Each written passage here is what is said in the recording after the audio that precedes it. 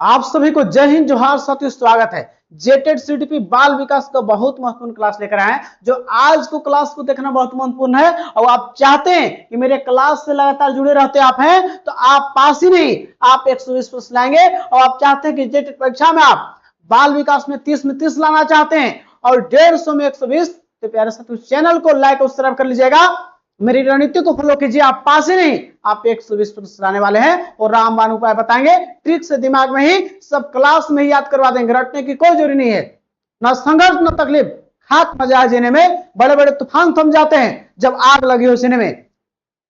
यह संघर्ष सिर्फ पाने का नहीं है, यह संघर्ष खुद को साबित करने का है, ताकि बता सके कमजोर हम नहीं, हमारा वक्त था लेकिन अब नहीं है, क्योंकि आप सही रणनीति के साथ पढ़ रहे हैं और सफलता आपके हाथ में है। चलिए स्टार्ट करते हैं हॉट ट्रिक मेथड का, जो क्लास में आपका डायरेक्ट छपेगा। आइए देखते हैं। सवाल आपके बीच पहला है, पैसा तो देखिए क्या है। बोला कि बच्चे सीखते हैं, कैसे सीखते हैं। सवाल है कि बच्चे कैसे सीखते हैं। तो सवाल है कि अनुभव से। बिल्कुल, पहले साइकिल चलाना सीखा, अब मोटरसाइकिल चलाना है, तो कैसे? अनुभव कुछ काम करता है, स्वयं करके। बहुत ही पॉजिटिव वर्ड है, ये सही बात है।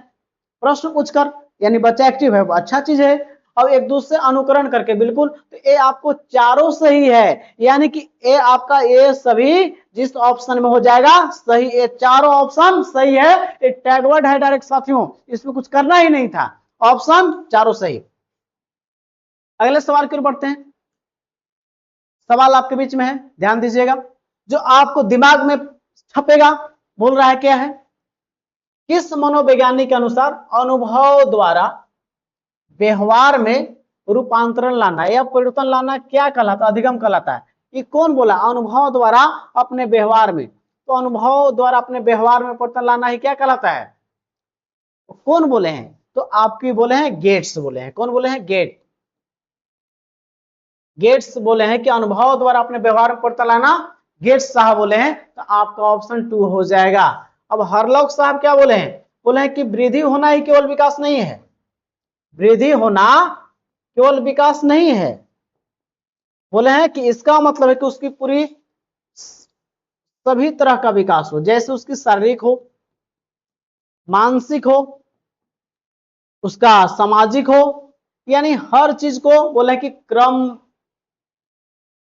में होता है, व्यवस्थित रूप से होना विकास कहलाता है। ये न कि केवल वृद्धि होना ही विकास कहला जाएगा। हर लोग साहब भी बोलते हैं। जिन प्याजे सब लोग जानते हैं कि संज्ञानात्मक विकास का सिद्धांत दिए हैं, जो 4 चरण की बात करते हैं, संवेदीगामक, पूर्व संक्रियात्मक, मूर्त संक्रियात्मक और अमूर्त संक्रियात्मक। और ये बच्चे को नन्हे वैज्ञानिक मानते हैं, खोजकर्ता मानते हैं, अन्वेषक मानते हैं। कौन? आपका पियाजे। इसका आपका ऑप्शन 2 हो जाएगा, याद रखिएगा, 2 का 2। चलिए अगले सवाल की ओर।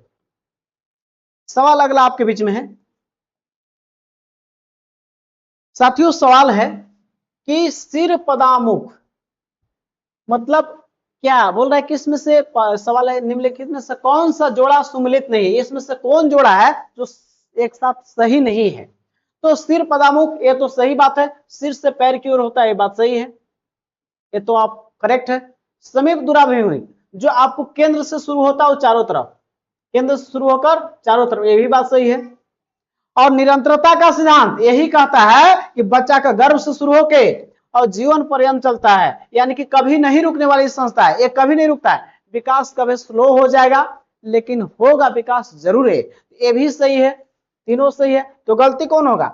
चौथा गलती हो जाएगा। देख लीजिए, बाल मनोविज्ञान बालकों के व्यवहार, रुचि और समस्याओं का अध्ययन करते हैं, समस्या का अध्ययन नहीं करते हैं। बाकी तो दोनों तो सही था, कह रहा था। उनकी मानसिक क्षमता का अध्ययन करते हैं, ठीक है ना। ये समस्या ना हो के मानसिक क्षमता रहने का, ठीक है।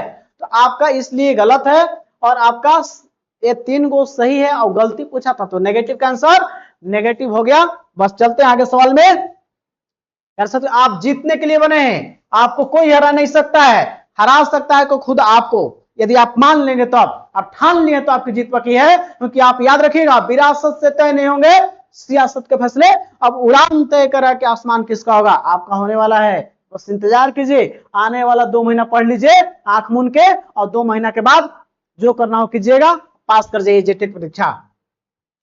निम्नलिखित में से किस मनोवैज्ञानिक यानी कौन साइकोलॉजिस्ट है विचार है कि मंद बुद्धि के माता पिता के बालक, जिसके माता पिता मंद बुद्धि के हैं तो उनके संतान भी कैसे होंगे, मंद बुद्धि, और तीव्र बुद्धि के वाले माता पिता के संतान तीव्र होंगे। यानी कि जेकर माता पिता कमजोर वो मंद बुद्धि है तो उसका लड़का लोग भी मंद बुद्धि होगा, जिसका माता पिता तेज उसका भी तेज। ये तो व्यवहारवादी पर आ गया जी। कौन बात बोला है, लैमार्क। तो लैमार्क ने बोले, लैमार्क तो विकास का सिद्धांत दिए हैं, विकास का नहीं, जैव विकास का सिद्धांत साइंस में, ये तो होगा नहीं। कैटल तो तरल एवं ठोस बुद्धि का सिद्धांत, तरल एवं ठोस बुद्धि का सिद्धांत कौन दिए हैं, ये दिए आपका कैटल। और गोडार्ड ही बोले हैं कि मंद बुद्धि पिता माता तो उसका बालक भी मंद बुद्धि होगा, यदि तेज माता पिता है तो उसका बच्चा भी तेजी होगा, याद रखिएगा, याद रखिएगा।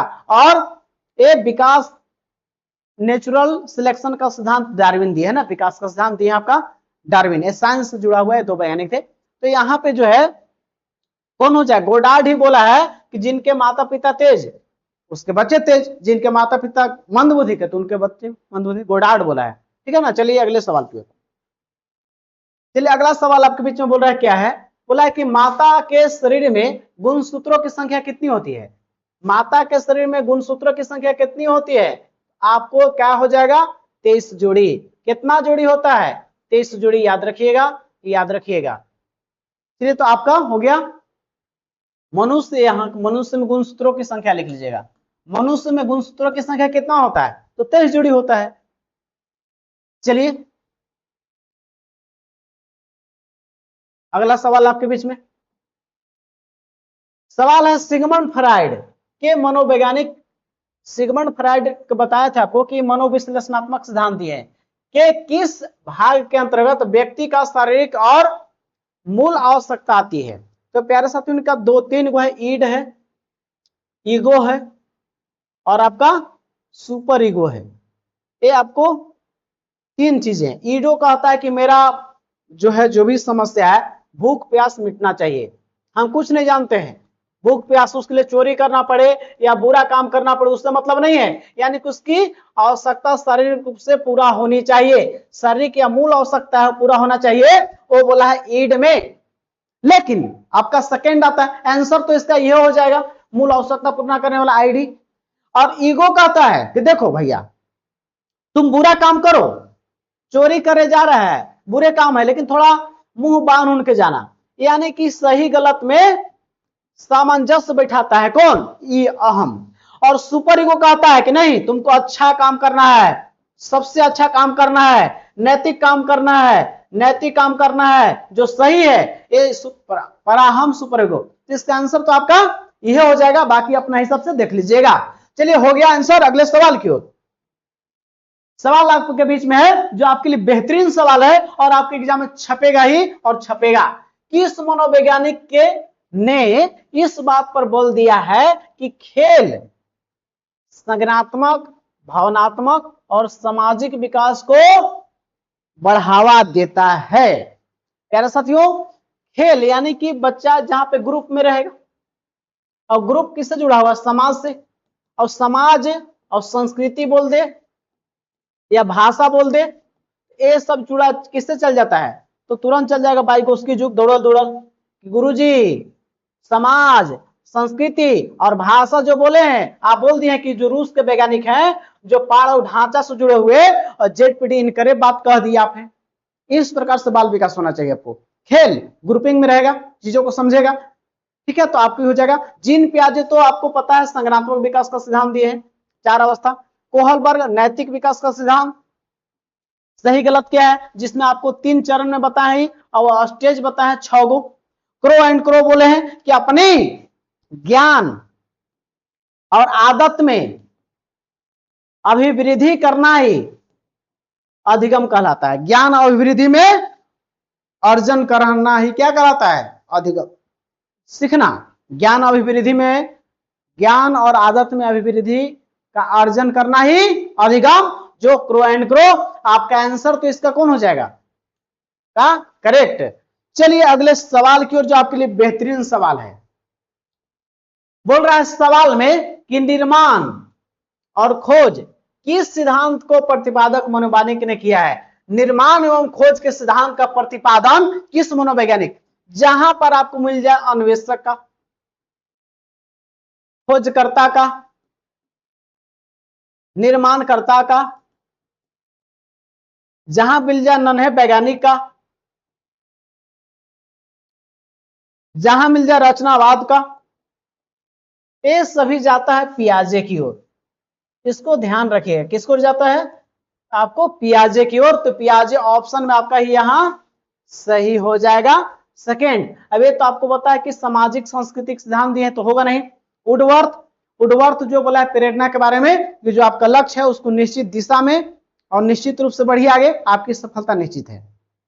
एरिक्सन बोला है मनोसामाजिक सिद्धांत, मनोसामाजिक सिद्धांत, मनोसामाजिक सिद्धांत जो बोले 8 स्टेज में बताएं। कितने स्टेज में, 8 स्टेज में। ये क्या बात है समझिएगा, ये बोले हैं कि देखिए बच्चा बालक से लेकर और प्रौढ़ावस्था तक कैसे चीजों को, समाज के ज्ञान को सीखता है, वही चीज को मनोसामाजिक सिद्धांत एरिक्सन द्वारा दिया गया है। तो खैर इसका आंसर तो 2 ना हो जाएगा, करेक्ट हो जाएगा। तो 8 का 2। चलिए अगले सवाल की ओर।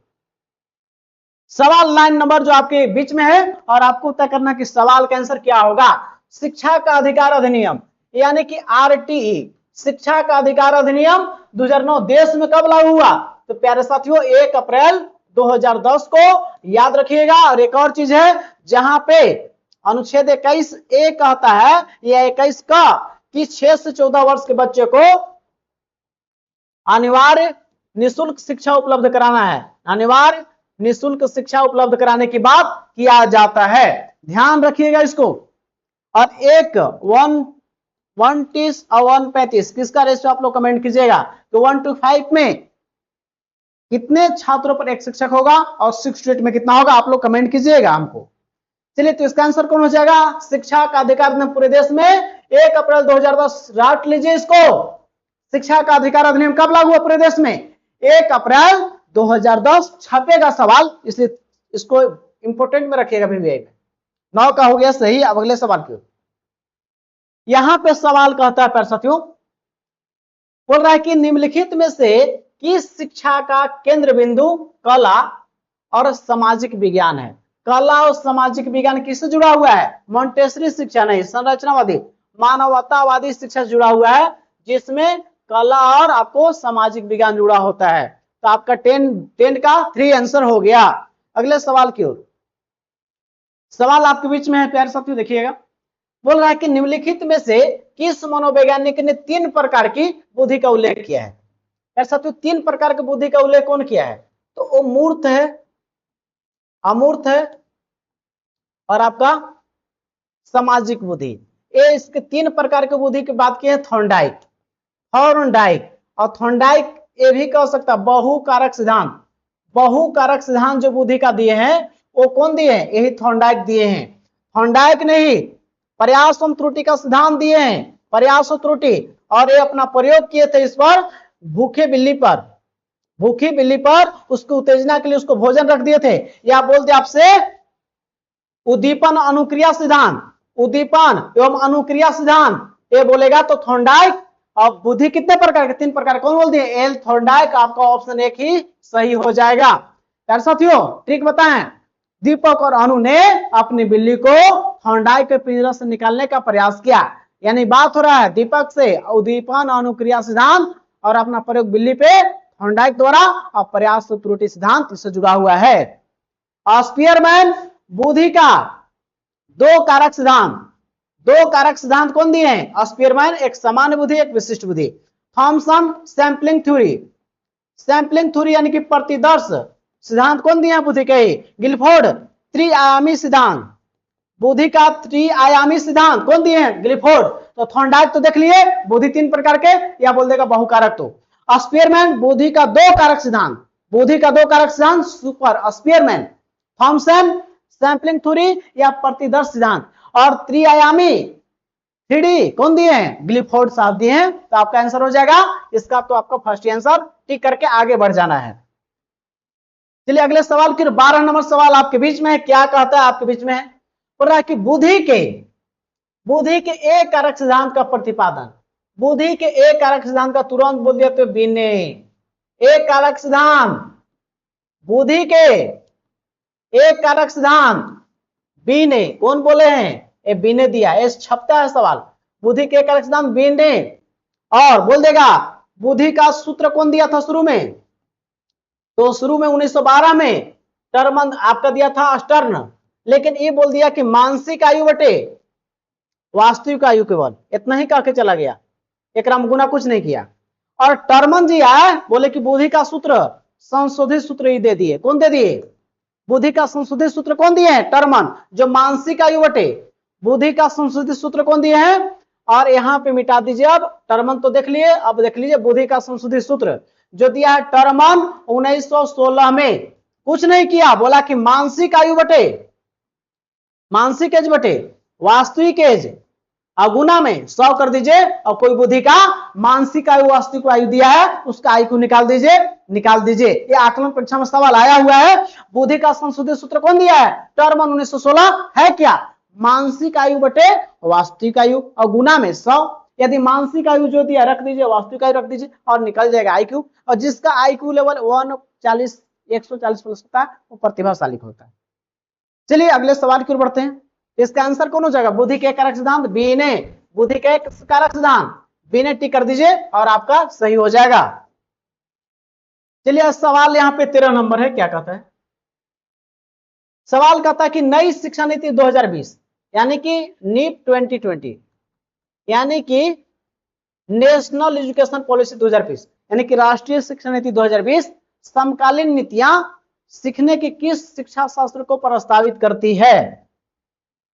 यहां पे सवाल है, जहां पे शिक्षा केंद्रित मिले ये नेगेटिव वर्ड है, जहर वर्ड है, ये छात्र केंद्रित होना चाहिए, अनुभवात्मक, जी बिल्कुल सही है। जहां एक्सपीरियंस की बात करें, जहां पे एक्सपीरियंस की बात करें तो ये प्यार से अनुभवात्मक शिक्षण ही आपका करेक्ट होगा और यही सही होगा। तो 13 का 2 आपका करेक्ट और आपके लिए सही हो जाएगा। व्यवहारवादी गलत है, ये आपको नेगेटिव वर्ड में ही आता है। और आपको पाठ्य पुस्तक जहां मिल जाए, जहां पे पाठ्य पुस्तक केंद्रित केवल छात्र केंद्रित रहे तो आपको सही है।